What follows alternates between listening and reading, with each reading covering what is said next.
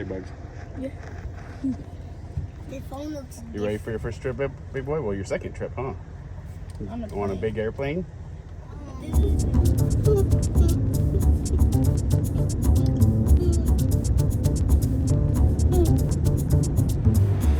I know what you're saying. This is not an overlanding video. Well, technically we are going overland, but you're right. I'm going to take you on a little bit of an adventure with my family to Europe.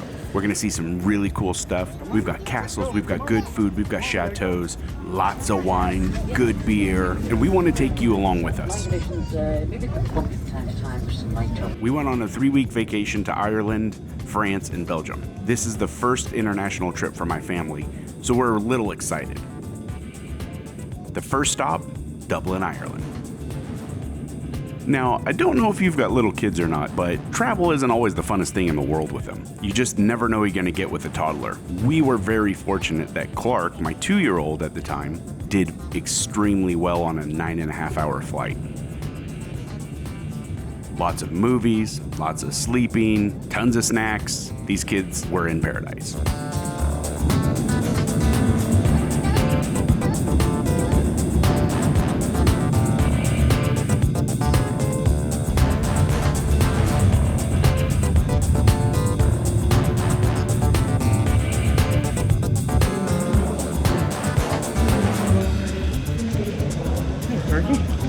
We're going on an escalator? Yeah. Well, made it to Dublin. Yeah. 9+ hour flight. Yeah. Little guy did pretty good. Now we go get a rental car and off to Killarney. Well, how far is it back? I mean, not that far back, but Dean doesn't have a ton of space. Oh, he's fine. The trip from Dublin to Killarney is about 3 hours. Now, you spend the first hour getting used to driving on the left-hand side of the road and the right-hand side of the car. It's a bit of an adjustment. On the way to Killarney, we didn't film a whole lot because we were extremely tired. We'd been up almost for 24 hours at that point, and we just wanted to get there. Our first 3 nights were right next to the Killarney National Park, which is why we're here. But yes, it is a big tourist trap, and for good reasons. This park is insane. And I'll go over that a little bit later. But first, we stayed at the Muckross House, which is, I would say, a resort because it has resort amenities, but it is just really unique old hotel that's way older than the United States. I mean, this thing goes back to the 1400s. It's just really cool. The hospitality, unreal.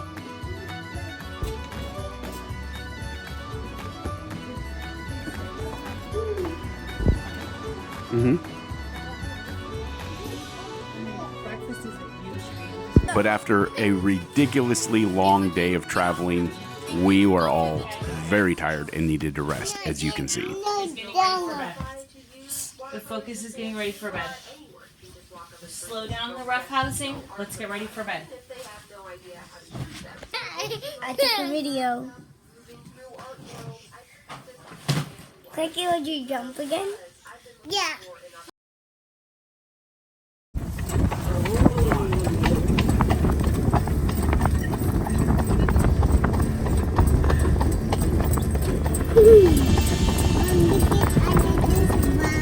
Yeah, look at all those flowers.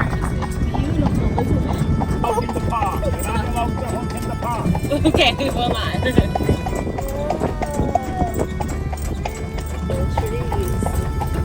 All 3 or 4 down line trees, no beach, down It line smells like celery, kind That's of. 300 and 400 years old.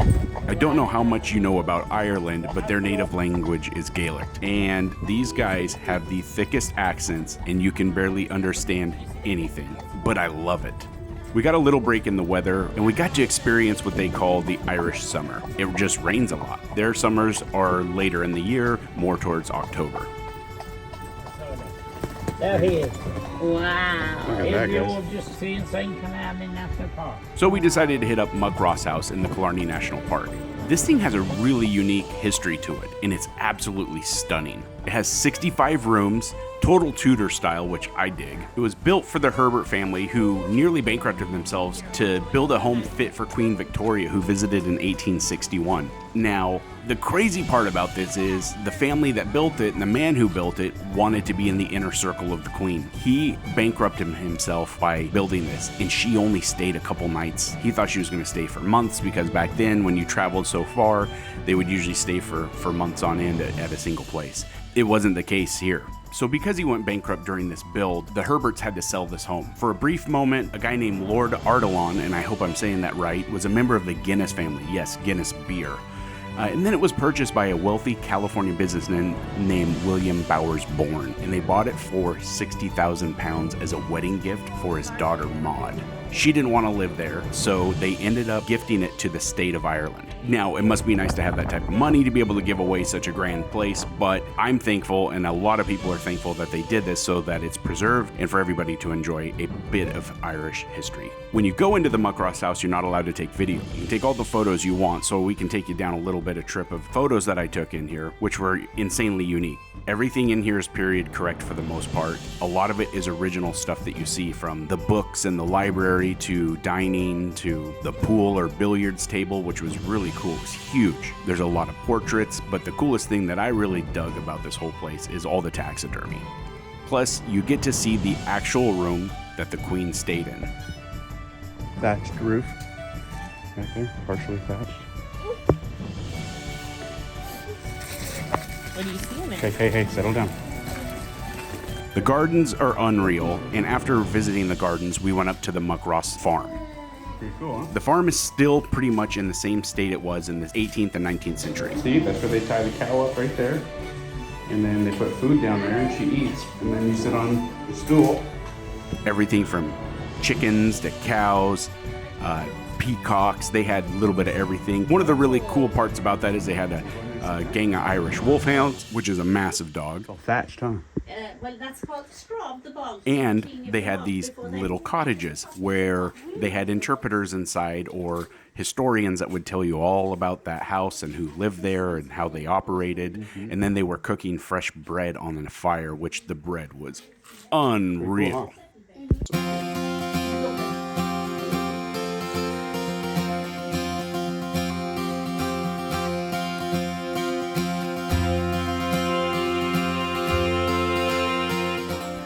This old thatched roof. Look to This the is left so cool. When you go in, don't touch them. Don't get too close. Just look. Clark. You already saw it. Clark, you saw the egg, remember? I like that you did not see the egg. Here, ladies. Eggs in here?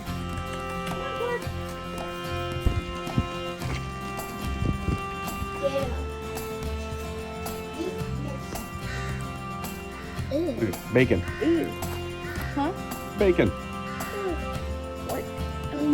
As somebody who loves history, especially ancient, medieval types of history, this is right up my alley. I love this type of stuff. I read about it all the time. I watch as many videos as I can about it. And before coming to Ireland, I researched as much as possible, but I was just not prepared to see everything that I got to see just in this one day, the first day in Ireland. Our kids were blown away, very tired. We probably did over 25,000 steps this day. For them to be able to experience something this young is something I'm very proud to be able to provide them as a father. I definitely didn't get to do stuff like this. I just looked at it.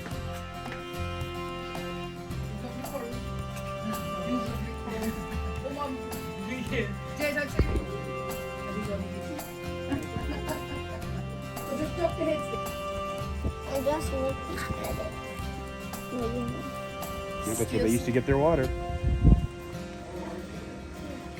My word.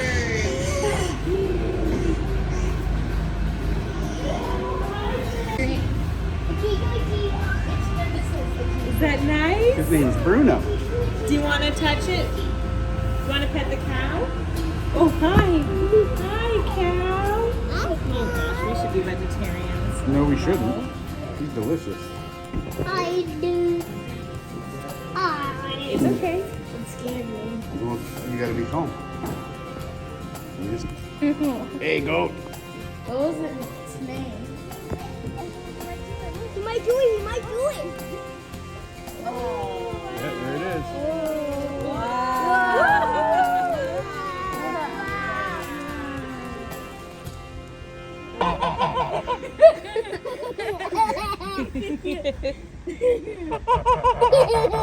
These are generally mean as hell. Yeah, they're not nice at all.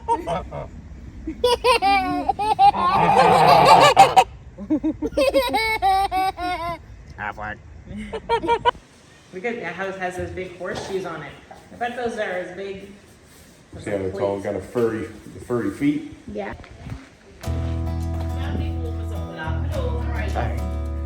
Wow, guys, look at this.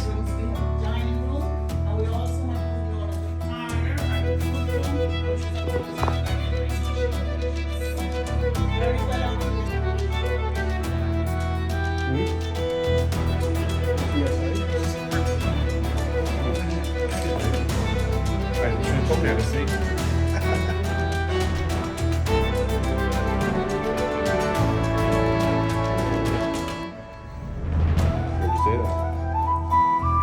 Similar to, it's like a mix between soccer and hockey and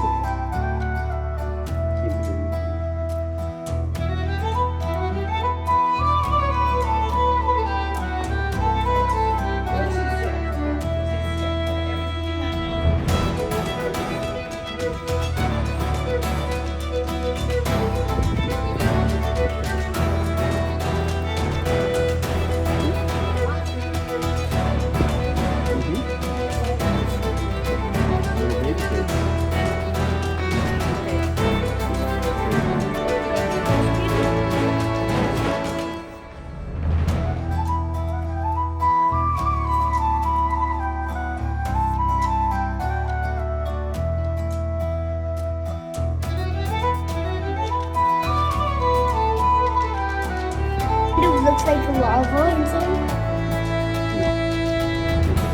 That's a cast. Oh. So cool. Is full of food chalk gone bad. A home without a woman is cold and empty. And this is a very important word for you.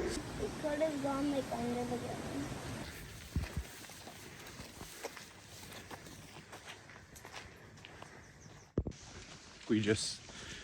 We just saw the Muckross house inside Killarney National Park. Well, how much did he say it was? 11,000 acres? 111,000 acres, which is, yeah, I think that's right.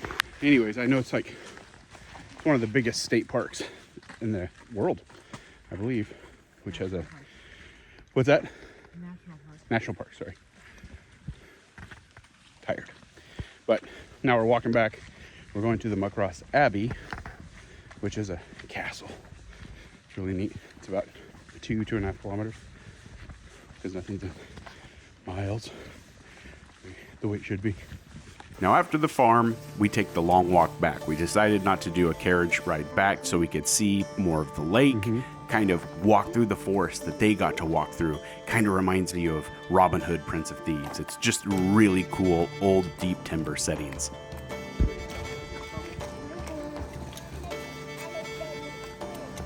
Yeah. This place, I just don't have words for how amazing it is.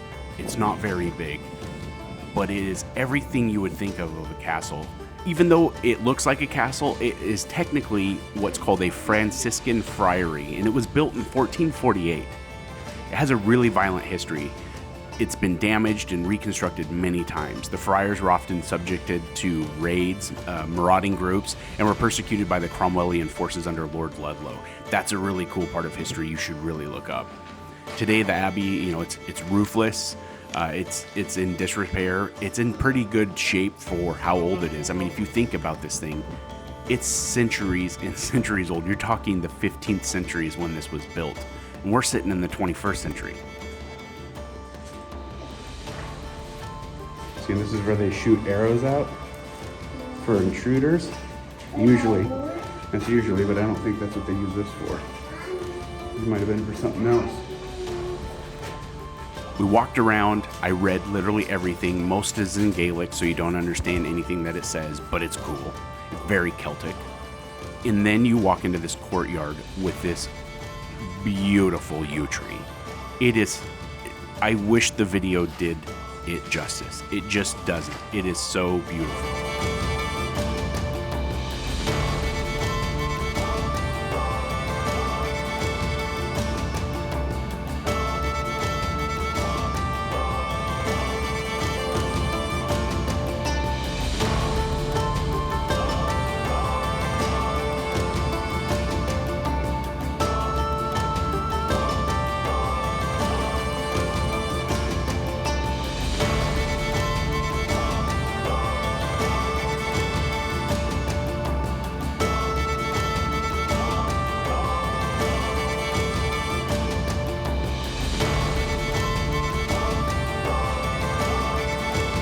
And then all around the outside are burial plots. It's crazy how different the dates are.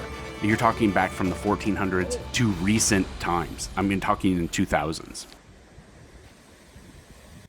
So that was Muckross Abbey, which is that awesome little castle thing. So I was just reading about it. It was finished in the 15th century, so like 1443, I believe.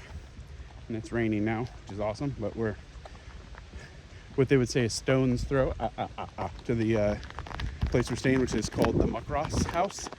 It's an absolutely awesome little place. Not little, but it's a big resort spa type deal, but it's built in the 1800s, 1795 to be exact. But anyways, we just saw this castle, which has like a bunch of tombs in it, and that yew tree. Wow, absolutely beautiful. Anyways, we're gonna go back, relax for a little bit. We probably walked about 9 miles today, just around everything and enjoying it. But the weather's kind of starting to turn a little bit, get a little shitty. And then tonight we're just gonna go grab some dinner, probably in town in Killarney itself. And then tomorrow we're driving up to a place. Dang it, I'm having a brain fart now. I can't remember the name of it. Dingle. It's called Dingle. It's up on a peninsula. We were going to do the Ring of Kerry, but we decided not to on this trip. The car we have is really wide, so it's not great for the Ring of Kerry, and it's such a long time.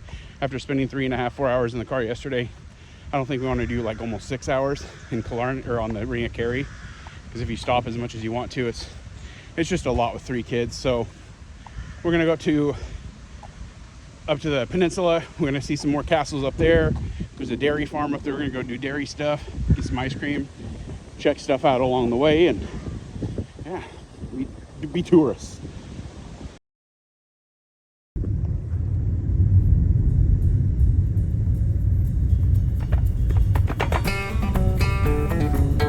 The following day, we weren't blessed with the weather that we got in the first day. It rained the entire day, and it was windy and stormy. But nevertheless, we decided to take a little bit of a road trip to a town called Dingle. Although it has a funny name, it has a rich history, there's some castles along the way, and we wanted to go visit a place that had a creamery, something that this region is known for. I'm sure you've heard of Kerrygold butter and all that other good stuff you can buy here in the States. It's from there. It's from the Kerry region. So on our way, we decided to visit a place called Menard Castle. Now, I researched this as much as I could. There wasn't a lot of information out there. I didn't realize it's basically in disrepair. It's still standing, but barely. And they've temporarily closed it to where you can't walk to it. The only way you can get to it is by the beach, and because it was close to high tide and having little kids and it being stormy, it just was out of the question. However, it is really, really unique. We got ourselves some lovely Irish weather today to the castle. Well, more castles today, but we got awesome Irish weather. There's not much left of this castle, or maybe this was it, but we're gonna make the most of it. The lovely Irish weather. It also has a violent history. In fact, a lot of the castles that you see in Ireland have a violent history because of the raids. It's what they call a 16th century tower house. There used to be another house attached to it, but when they put this front castle portion up, it was renamed Menard Castle. The views it has are unbelievable. I would love to come here when it's sunny just so you can see all the views standing up on top of that knoll. At one time it was 3 stories with vaulted ceilings, and the strength of this castle was really demonstrated in 1650 when Cromwell's army detonated chargers at each of its corner, yet the castle still stood. It still stands today. Unfortunately, during that detonation, everybody who was in the castle was killed. So yes, it also has that violent history.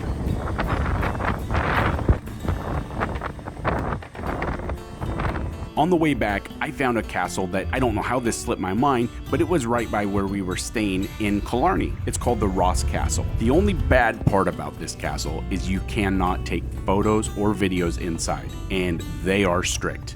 Now, I didn't want to be the dickhead American that goes in there and just does it anyways, so I just took photos of the outside and got to experience the inside. This is a top 10C in all of Ireland as far as I'm concerned. They restored this castle. It took them 20 years to do it. They did it with traditional tools and supplies. There isn't a nail in this building. It's absolutely incredible how well preserved it is, and the story behind it is amazing. This 15th century tower house is something you have to see, and it's right on the lake. After the castle, the next morning, we decided to make our way down to beautiful Cork, Ireland. Cork is one of the bigger cities, I believe the second biggest city in Ireland, and it looks like it's always in construction. There was construction on every single street. But we decided to get out here, park, have some lunch, do a little bit of shopping, kind of experience a little bit of it because we are on our way to a little town called Wexford, which is a small southern coastal town. You're right, you see a skull with a helmet. Very good. No, that is a skeleton with a pirate. A skeleton with a pirate? That is a skeleton with a pirate. We found this really unique little restaurant called Rory Gallagher's, or Gallagher's. Now, if you don't know who Rory Gallagher is, that's fine. Not a lot of people know who he is, but I'm a classic rock buff, so I know who he is. He was a frontman and lead guitarist for a band called Taste, though he gained fame just as his solo career. This is how good of a guitar player he is, that when Jimi Hendrix was asked, what does it feel like to be the best guitarist in the world? And he said, I don't know, you'll have to ask Rory Gallagher. There's so many people this man influenced. So unfortunately, he died to his mid to late 40s of liver failure. His legacy lives on, and it's pretty cool to see this restaurant that was a tribute to him. The food was also really, really good. And after a quick couple hours in Cork, we are off to Wexford. Indeed.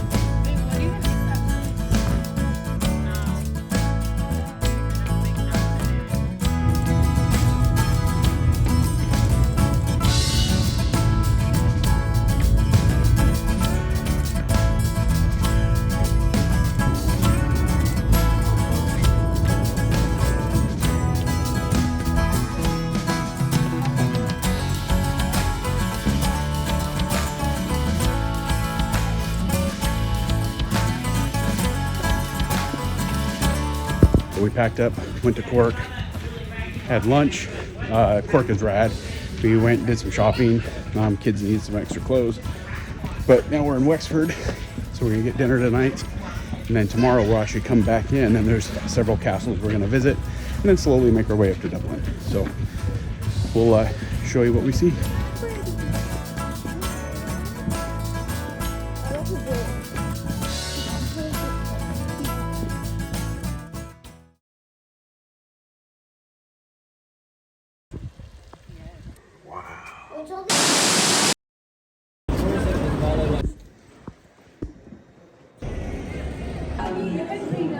Oh shit. The dude who just wrecked into those steel barriers on that e-bike was drunker than a sheepherder on payday. So both bones in his lower leg broke. His leg just folded.